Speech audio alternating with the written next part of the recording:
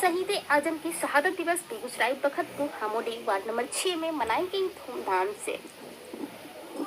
भारत के मशहूर जादूगर सियाराम महतो एवं लक्ष्मण बौद्ध अंधविश्वास भगाओ देश बचाओ के नारा से गुंजान में रहा माहौल। बरौनी थाना क्षेत्र के मैदा भवन गामा हामोडी वार्ड नंबर 6 में शहीद आजम भगत सिंह, सुखदेव और राजगुरु की शहादत दिवस मनाई गई धूमधाम से। इस अवसर पर कई दलों के नेतागण हुए शामिल। तो वहीं इस शहादत दिवस पर आसपास गांव से सैकड़ों की संख्या में महिला, पुरुष और युवा भी हुए शामिल।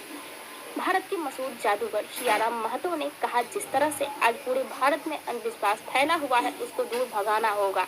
यानी साफ तौर पर कहा जाए तो अंधविश्वास भगाओ देश बचाओ।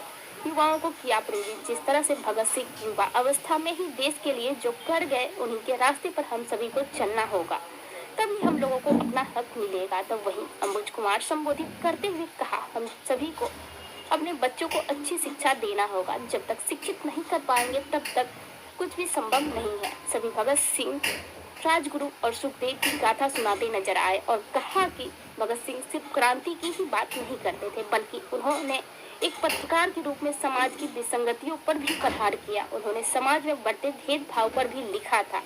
यह भयानक और असमानता और जबरदस्ती लादा गया भेदभाव दुनिया को एक बहुत बड़ी उथल पुथल की ओर लिए जा रहा है। भगत सिंह की खास बात यह थी कि वह प्रश्न की शैली और रूप के अनुसार ही उत्तर दिया करते थे। भगत सिंह ने आखिरी सांस तक अपने अंदर के पत्रकार और लेखक को मरने नहीं दिया। जेल में बैठकर भी लगातार लिखते और पढ़ते थे।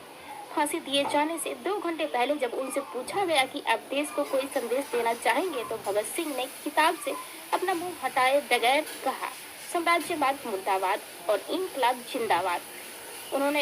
उन्हें फांसी समय से पहले ही दे दी गई, क्योंकि अंग्रेजों को पता था कि पूरे देश में जन सैलाब उमड़ने वाला है।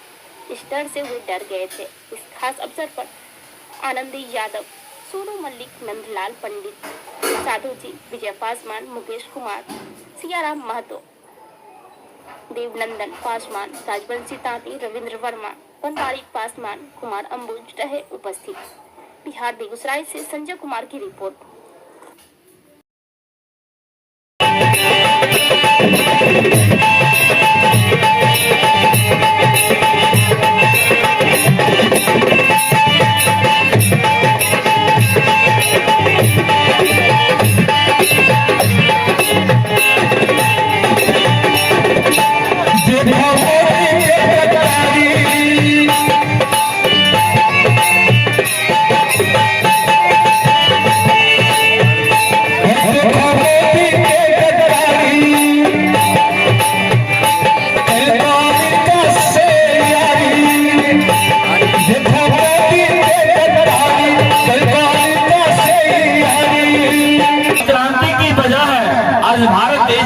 क्रांति हुई है तो भगत सिंह के इतिहास में आज कायम है। अंग्रेज उससे थर-थर कांपते थे, लेकिन इससे पहले जो ये वास्तविक वर्तमान की घटना है 1947 की पहले की घटना है।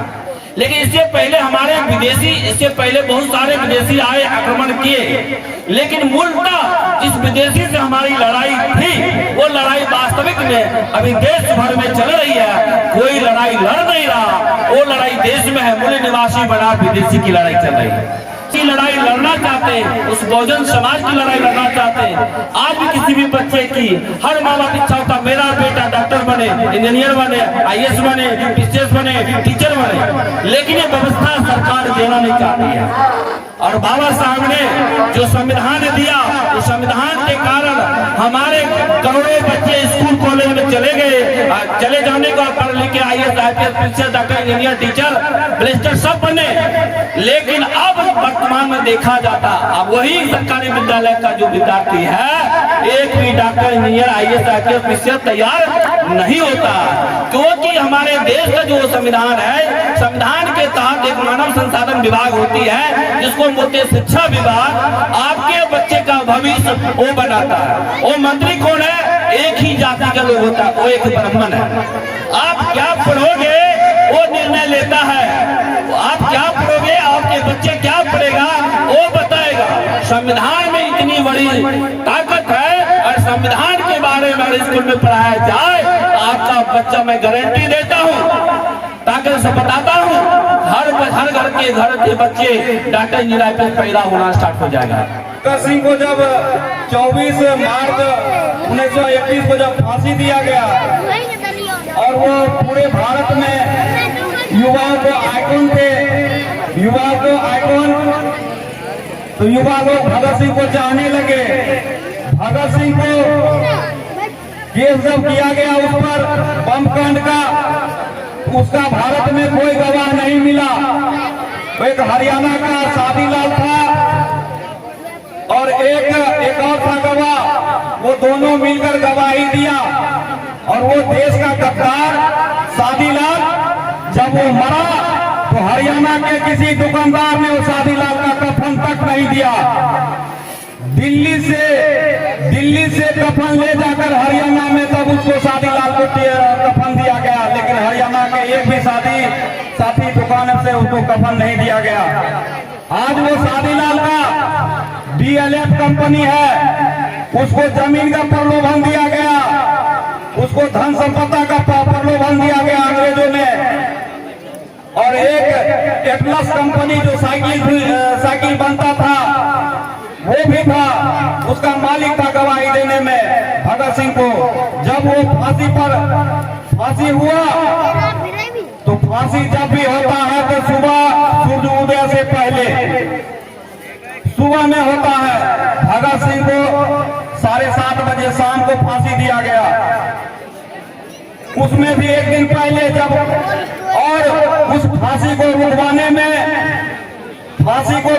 में चंद्रशेखर आजाद वो अपने जो संगठन चलाते थे वो पोटली लेकर करके नेहरू के पास गए। नेहरू ने नहीं माना, उसको भगाया। अगर गांधी जी चाहते तो भगत सिंह को फांसी नहीं होता, नेहरू चाहता था फांसी नहीं होता, उसका जितने भी साथी थे भगत सिंह को फांसी नहीं हो, सजा को कम किया जाए, लेकिन ये सब लोग नहीं माने। भगत सिंह, नेहरू जब चंद्रशेखर आजाद जब गए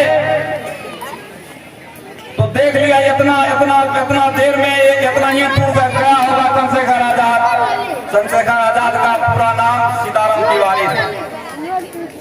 उन्होंने अंग्रेजों को कहा होगा कि वो अल्फ्रेड पार्क में रुका हुआ होगा, तो अंग्रेज घेर कर चंद्रशेखर आजाद को भी काउंटर किया। बाबा साहब भीमराव अम्बेडकर, भगत सिंह दोनों महापुरुष मेले में सवार रहते हैं। जैसे लोगों को भूत पकड़ लेता है तो मेरे भूत पकड़े हुए, जहाँ भी जाओ महादेव होता है, हर गांव में होता है। मैं वहां से गुजरता हूं तो अपनी गाड़ी रोक करके और वहां पर जागो महादेव की बात मैं भी करता हूं। 3 बात अगर जागो महादेव की बात की तो उसमें 90% लगभग बाबा साहब भीमराव अम्बेडकर और भगत सिंह की बातों को रखता हूं। सुनता तो सब है, आप भी यहाँ सुन रहे हैं। हम तमाम लोगों से आग्रह करते हैं कि आप लोग सब लोग जितने हैं जागो महादेव से जुड़िए और अपनी बातों को वहां तक रखिए।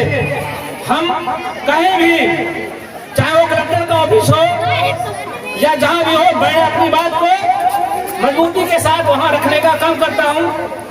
विरोध तो होता है, पहचान भी होती है कि आदमी जो है कैसे घुस गया पार्टी वाला में, पार्टी वाला हमको बुलाता क्या है। जब पहले जानता है कि बाबा साहब भीमराव अम्बेडकर की बात करेगा या तो ये भगत सिंह की बात करेगा, फिर भी उन्होंने बुला लगता है तो हमारी क्या गलती। अपनी मांग को रखता हूँ। भारतीय जनता पार्टी के लोगों ने मुझे बुलाया और मैं वहाँ गया। मैंने सीधी बातों में कह दिया कि लड़ाई हमारी जमीन से है, हमारी लड़ाई सामंतों के खिलाफ है और हमको खालिस्तानी, पाकिस्तानी, आतंकवादी ऐसे शब्दों से सरकार हमें परेशान करती है, हमारे लोगों को परेशान करती है।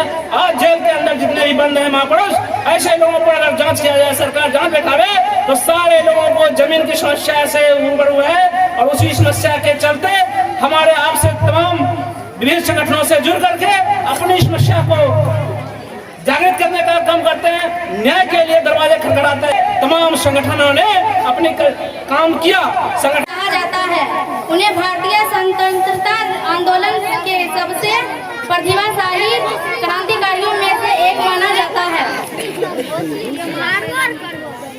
अविभाज्य भारत के पंजाब प्रांत लायलपुर जिले के बंगा गांव में सिख परिवार में हुआ था। उनके पिता का नाम सरदार किशन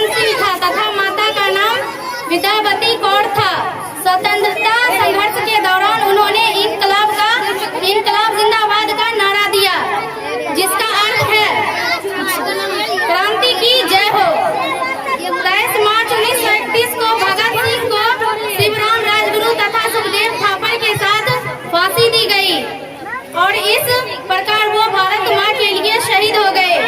भारत की आजादी के लिए भगत सिंह का योगदान अद्वितीय है। उन्होंने स्वतंत्रता संग्राम में कठिन संघर्ष किया।